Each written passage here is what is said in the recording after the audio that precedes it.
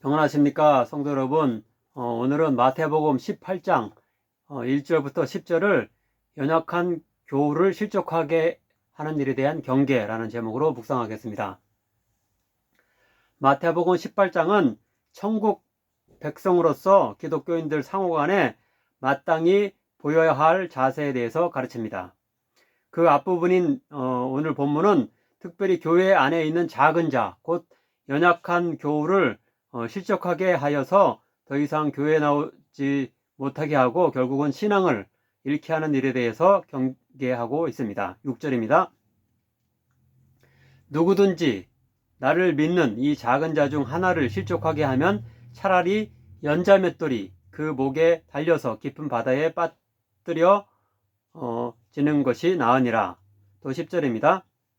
삼가 이 작은 자 중에 하나도 업신여기지 말라. 너희에게 말하노니 그들의 천사들이 하늘에서 하늘에 계신 내 아버지의 얼굴을 항상 배움느니라. 아무쪼록 본문의 묵상을 통해 교회 내에 이런 작은 자, 곧 믿음이 연약한 교우를 더욱 잘 섬기며 혹 그들을 시험에 들게 하는 우를 범하지 않도록 조심할 수 있는 우리들 되기를 바랍니다.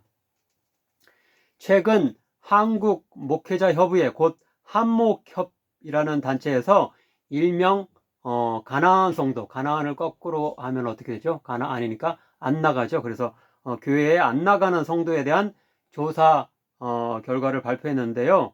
매우 충격적이고 위기의식을 느끼게 합니다. 2023년 조사 결과에서 가나안 성도의 비중이 무려 29.3%인데요.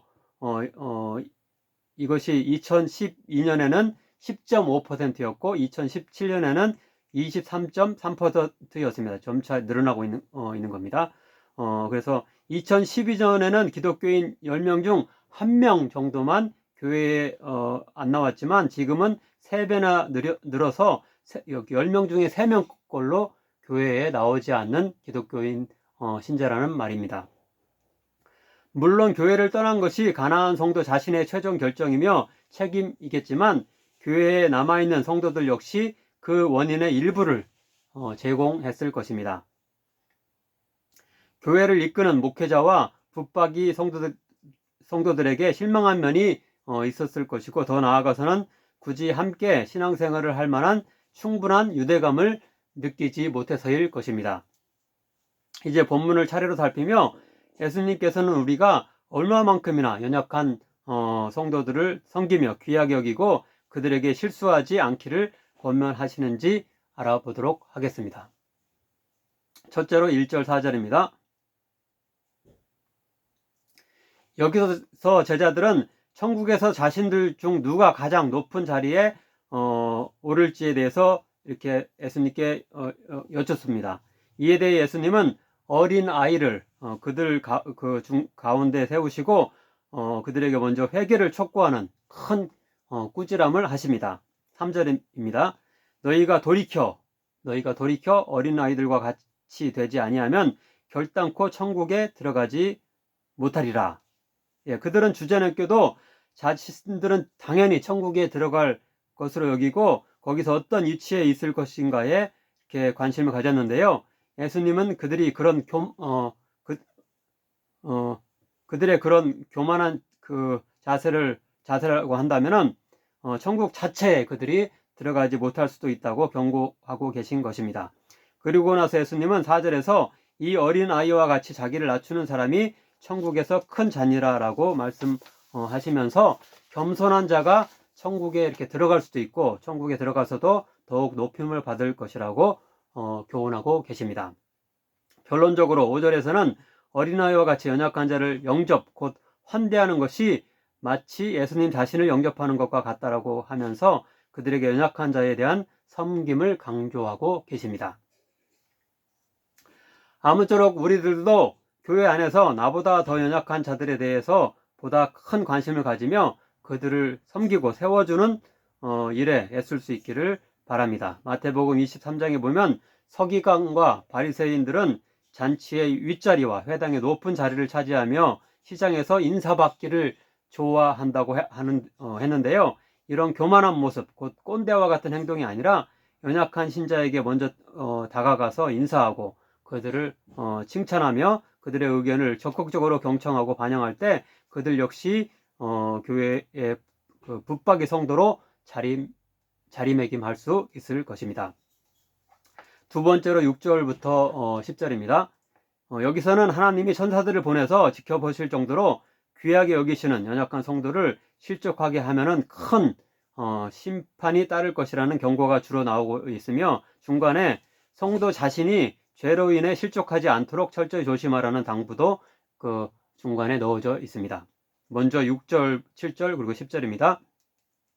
누구든지 나를 믿는 이 작은 자 중 하나를 실족하게 하면 차라리 연자 맷돌이 그 목에 달려서 깊은 바다에 빠뜨려지는 것이 나으니라. 실족하게 하는 일들이 있음으로 말미암아 세상에 화가 있도다. 실족하게 하는 일이 없을 수는 없으나 실족하게 하는 그 사람에게는 화가 있도다. 삼가 이 작은 자 중에 하나도 업신여기지 말라. 너희에게 말하노니 그들의 천사들이 하늘에 계신 내 아버지 얼굴을 항상 배움느니라. 연자 맷돌은 당시 당나귀가 돌리던 맷돌의 상판을 의미하는데요. 연약한 성도를 시험에 들게 하고 신앙을 상실하게 하여 더욱 큰 심판을 받기보다는 그냥 맷돌을 목에 메고 혼자 자결하는 편이 더 작은 심판을 받을 것이라고 말씀할 정도로 연약한 자를 각별히 대할 것을 당부하고 있는 것입니다. 또한 10절은 너희가 보기에 그는 보잘것없을지 모르지만 하나님께서는 그들에게 천사를 보내 그들의 사정을 항상 보고 받을 정도로 그들을 귀하게 돌보신다고 이렇게 밝히고 있습니다. 아무쪼록 연약한 자일수록 더 하나님의 특별 관리 대상임을 알고 그들을 세심하게 보살피며 그들이 교회를 떠나며 신앙을 잃게 하는 원인 제공을 하는 잘못을 범하지 않는 우리가 되기를 간절히 소원합니다. 중간에 8절, 9절은 천국에 들어가 영생을 누리는 일이 얼마나 중요한지를 강조하기 위해서 죄를 유발하는 신체의 일부, 곧 한 손이나 한 발 또는 한 눈을 제거할 것을 각오할 정도로 우리가 순결한 삶을 살 것을 여기서 권면하고 있습니다. 기도하도록 하겠습니다. 사랑의 하나님, 천국 백성의 겸손의 삶에 대해 배우게 하시니 감사합니다. 혹 나보다 더 연약한 신자를 시험에 들게 하는 잘못은 없는지 돌아봅니다. 내 자랑과 내 교만함을 자제하지 못하고 연약한 자의 마음에 상처를 입힌 적은 없는지 반성합니다. 제자들의 발을 씻어주신 예수님의 본을 따라 작은 자를 더욱 존중하며 섬길 수 있게 하소서. 믿음이 연약한 성도가 성장하여 교회에 뿌리 내리게 하는 일이 하나님이 가장 기뻐하시는 일임을 깨닫고 그 일에 더욱 매진할 수 있도록 도와주옵소서. 예수님의 이름으로 기도하옵나이다. 아멘.